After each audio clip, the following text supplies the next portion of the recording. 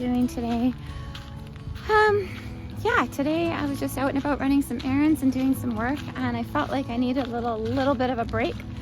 So I just took a few minutes to hit one of my favorite trails near my house on my way home and get some fresh air and yeah, just enjoy the day. So one of the things I've been thinking about recently was if you're new to your husband or a loved one becoming paralyzed, or if you're new to a major trauma, or an accident, or even anything big like that in your life right now, I just wanted to share, and I'm going back 3 years, but I wanted to share how I felt, because some of the things never even occurred to me that I would be feeling when my husband became paralyzed. And for starters, you're in like shock. You just, you're like, oh my God, I can't believe this is happening. And this is a beautiful trail, but I came down here to be at the beach. So I'm gonna flip the phone around and I'm gonna go find a place to sit and just chat for a few seconds, and and then you'll just, my apologies for being so noisy. I didn't realize, I kind of forgot right by the highway it would be loud, but there is a little log over here, so I'm gonna go sit onto that and just talk to you about how I felt, because you might be feeling some of the same things too and not really realizing why you're feeling these things. So just found a little log here, and then I'll flip the phone around and you guys can enjoy the view. So there we go. You guys can enjoy the view.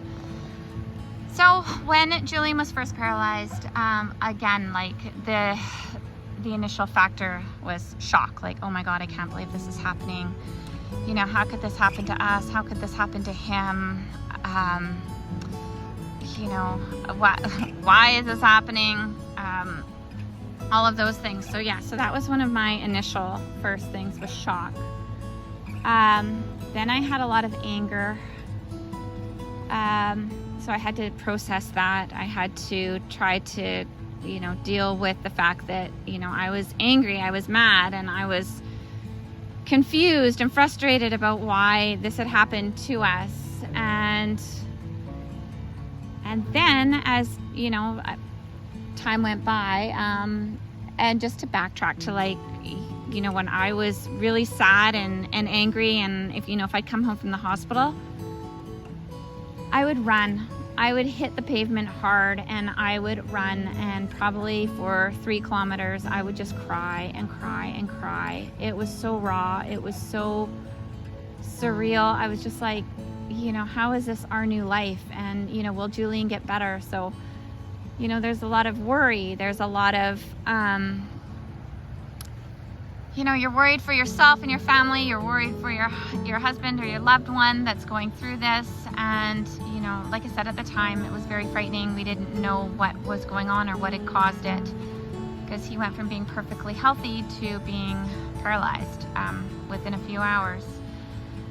So then, after, I'm processing the anger and the sadness and the frustrations of all of the whys, we now have to process the grief. And that was a big one for me. And it took quite a few months. I accepted the fact that this was the way it was. Okay, get over it, Ange. Don't be angry anymore. This is how it is. Just move on. Accept it and move on, because that's the only way, I'm gonna get through things. And I can't dwell, I can't change what's happened in the past. I can, we can only move forward. But grief was the big one that really hit me hard, and it probably, maybe like a year, I don't know, it seemed like a really long time. I had a really hard time processing the fact that Julian had lost his legs, and or the use and the mobility of his legs, and how that had now affected things that we could do. So, there was no more of us, jumping on our bikes and going for a bike ride. There was no more downhill skiing, cross-country skiing, as I knew it, as able-bodied people. And I was devastated. And I was just like, you know what? Like, how am I going to deal with this? How am I going to process and, how am I going to, it was just a lot. So there was a lot of grief. So after all of those crazy emotions at the very beginning of when it first happened, then came the grief. And not only was I going through grief, but Julian was grieving the loss of his legs too, because he was grieving all the same things, not being able to stand up, that, all the things you take for granted, and now he's in a wheelchair. And I took, I was grieving all of those same things as well. And how is this going to affect our lives, and how do we do? So we finally, overcame those feelings. It took time, and I moved on to, okay, it's happened. I can't change it. We can't change it. So what do we do? Well, we were fortunate. We were able to buy a bike that Julian can hand cycle. So we hand cycled. Not a lot, but whenever we wanted to get out, we hand cycled. We couldn't stand up paddleboard on the lake anymore, but we had kayaks, and he was totally able to upper body to do things like that. So it might take a little longer for me to get the kayaks to the lake, but as soon as they're there, I can help him get in and we can go for a kayak. So we fundraised for a sit ski for our local Nordic center, and because that was something that we'd always done before as well. So that was another thing. So once I sort of wrapped my head around the fact that, there's other things that we can do, it's just gonna happen differently, then the grief became less and less. And now I just look forward to all the things that we can do together, because as everyone knows, life can change at, the drop of a hat. Boom, something else happened. Or something happened and things changed. So yeah, so anyway, I guess now I'm sort of at a loss for words, because I feel like I covered it, but that was huge. So just, you're gonna have to go through the emotions. It's gonna be a big roller coaster. It's gonna be hard. Don't go through it alone. And talk to your partner, your loved one, about how you're feeling. I can't stress that enough. Like, just communicate to them, like, I'm just sad that, things have changed. And chances are they're going to be really sad too. But if you guys can come up with an idea to, do something else together, that will change things immensely.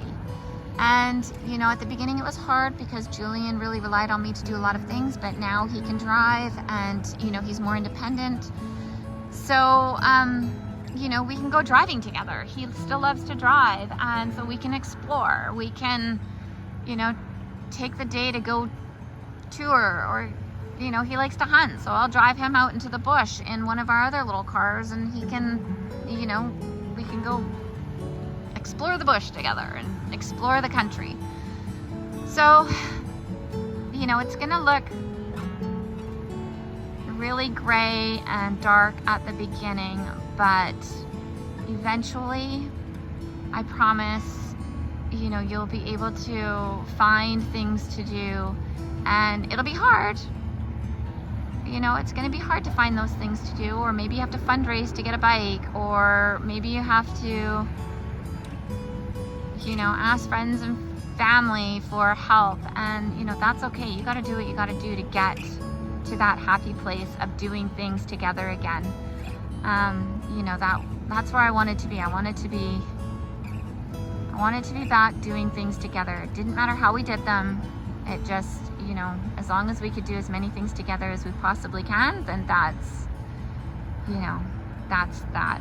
And do I miss, the fact that we can't hike up that big mountain anymore? You bet I do, but I know that there's a lot of other things that we can still do together that are meaningful, you know, we can still create memories doing lots of other things. So, you know, that might be a me hike and not a me and Julian hike, but you know, there's other things that we can drive up there and we can check it out. So we could do that instead. And there's some great trail systems out there that we can, you know, explore as well in the car. So you know, it might not be hiking, but you know, we make it something else. So yeah, and that's, I guess, where I'm at with this conversation is just emotions 101, right? You're gonna be all over the place. You're gonna be high, you're gonna be low, you're gonna be, you know, trying to figure it all out. So just do the best you can, and don't beat yourself up if you're having a bad day. Just get out and go spend 10 minutes like I am.